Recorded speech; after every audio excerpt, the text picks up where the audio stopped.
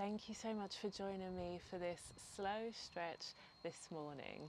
We're going to get started in child's pose. So finding your way down onto the mat and just resting the forehead down to a place that's somewhat comfortable. So sometimes it's not all the way down to the mat. Sometimes it's a little bit more comfortable just to rest the head on a block and allow the forehead to be really heavy here and the hips to sink down. If it's a little bit intense on the hips or the knees, we can always put a pillow just under the bum just to help ease things up. Taking a really deep inhale, allowing the hands to relax. And from here, we're going to lift the head, taking the hands behind, and with the inhale, we're going to press the hips forwards and up, allowing the head to come back. And as we exhale, we're going to sink the hips down, taking the hands and the forehead forward and coming back down into that child's pose, allowing everything to rest. With the next inhale, we're going to lift the head, taking the hands behind, pressing the hips all the way up, allowing the head to come back. And as we exhale, resting the hips down, taking the head forwards, reaching the arms out in front. And we're going to go for one more round as we inhale, lifting the head, taking the hands behind, squeezing the glutes, pressing the hips forwards. And as we exhale, landing the hips down, we're going to lift up into our high kneeling pose, reaching the arms high. As we exhale, we're going to take the hands down in front. So we've got the hands just under the shoulders and the knees under the hips, and we're in our tabletop. Taking an inhale, we're going to lift the chest and the tailbone. As we exhale, pressing down through the hands, lifting the spine. Inhaling, rolling the shoulders back, drawing the chest forwards and up. Exhaling, tucking the chin and the tailbone under, maybe adding in a little sway from side to side. Any movement here that feels really good. Breathing in deeply, exhaling fully. And from here, we're going to tuck the toes, lifting the knees and sending the hips all the way back and up into our downward facing dog. Breathing in deeply, exhaling fully, taking a little shake of the head and allowing the shoulder blades to slide down the back, drawing the belly button up towards the spine. And from here, with the next inhale, we're going to sweep the left foot all the way up behind, lifting the foot as high as it'll go. As we exhale, we're going to draw the left foot forwards, landing it somewhat in between the hands. And as we step the right foot forwards alongside, we're going to bend the knees, resting the chest on the tops of the thighs, maybe taking an elbow in each hand and just taking a little sway from side to side, allowing anything in the lower back to slowly start to release here. And from here, we're going to keep the knees bent and the hips low. But as we inhale, we're going to sweep the arms and the chest high, reaching up into our Utkatasana chair pose, lifting through the fingers. And with the exhale, sinking down through the hips, breathing in deeply, exhaling fully, taking one more really deep inhale here. And with the exhale, we're going to extend the legs long, folding forwards, tucking the chin, landing the hands, stepping the left foot back, pressing down into the mat. And we're going to step the right foot back alongside the left, breathing in here. With the exhale, we're going to lift the hips all the way back and up into our downward facing dog. And from here, with the inhale, we're going to sweep the right foot all the way up, lifting it as high as it'll go. And as we exhale, drawing the right foot forwards, landing it in between the hands, and taking all the little shuffles that it takes to get it into place. Breathing in deeply. And with the next exhale, we're going to step the left foot alongside the right, finding our way first into our forward fold. But this time, instead of finding our way into our ragdoll, we're going to heel toe the feet as wide as the mat, with the toes pointing out. And as we exhale, we're going to bend into the knees, sinking the hips down in between and finding our way into our Malasana squat.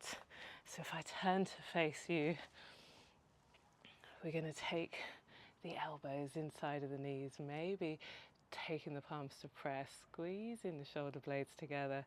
With the exhale, we're going to take the right hand down to the floor, and as we inhale, we're going to lift the left hand all the way up to the sky. Exhaling, left hand lands. Inhaling, reaching the right hand all the way up. Exhaling, lowering the right hand down. This time with the exhale, we're going to take the left arm behind the left leg, reaching the right arm high, sweeping it behind, and maybe taking hold of the left hand behind the left leg. But we're pressing the right knee back, breathing in, turning to face the sky. And with the exhale, we're going to release the hands, turning back through center and taking the palms to prayer, maybe taking a little sway from side to side. And from here, we're going to take the right arm in front of the right leg, inhaling, sweeping the left arm high, taking it behind and seeing about finding the right hand behind the left leg. We're pressing the left knee back, breathing in, turning the face towards the sky. It's just one really deep inhale here. And with the exhale, we're going to release the hands, taking them back down to the floor. As we inhale, we're going to extend the legs long, turning the toes back towards the front. And we're just going to take the feet around about hip width here, breathing in deeply, bending into the knees, resting the chest back on top of the thighs, tucking the chin, and just allowing the head to be really heavy here, finding a little bit of decompression all through the top of the spine. And as the next inhale, we're going to keep the knees bent and the hips low, sweeping the arms back up into our Utkatasana chair pose, reaching up through the fingers, sinking down into the knees. Here we go. From here, we've got the option to lift up onto the very tiptoes, reaching up through the fingers, squeezing, drawing all the muscles in the core in, taking one more really deep inhale here. And with the exhale, we're going to sink the hips all the way down to the heels. If we take the hands behind, landing the hips all the way down to the mat, taking a shuffle to the very front of the mat here. I'm going to move my blocks out of the way. Slowly, slowly, finding ourselves into a place where we can land the soles of the feet. If we reach the arms out in front, then really slowly we're going to find a sit back, squeezing the tummy to keep everything lifted, breathing in deeply, not allowing the shoulders to slump, but eventually finding that place where the lower back lands, squeezing the tummy, taking the hands all the way up overhead, eventually landing the head, the shoulders, breathing in deeply, and with the exhale just allowing the hands to rest down. And from here, we're going to take the hands either side of the hips, breathing in deeply. Our first step is going to be to lift the feet. And maybe staying right here, pointing the toes, squeezing the tummy to keep the legs lifted. The second option is going to be to lift up into our shoulder stand. And for this, we're going to keep the neck really still, squeezing the tummy, pressing down through the hands and lifting the hips, taking the hands to the back. And if we squeeze the glutes and point the toes, that usually helps us to find a little bit more length here. Taking the hands down the back and lifting up into our shoulder stand, and maybe taking a little wriggle of the feet, turning the ankles, maybe bending the legs, finding a little bicycle, breathing in deeply, reaching the feet all the way away from the face. And with the next exhale, we're going to see about taking the feet down behind the head. And sometimes they find their own natural stopping place. Keeping a little bend at the knees usually helps protect everything along the back line of the legs. But if we can rest the arms back down to the floor, finding our way into our plow pose.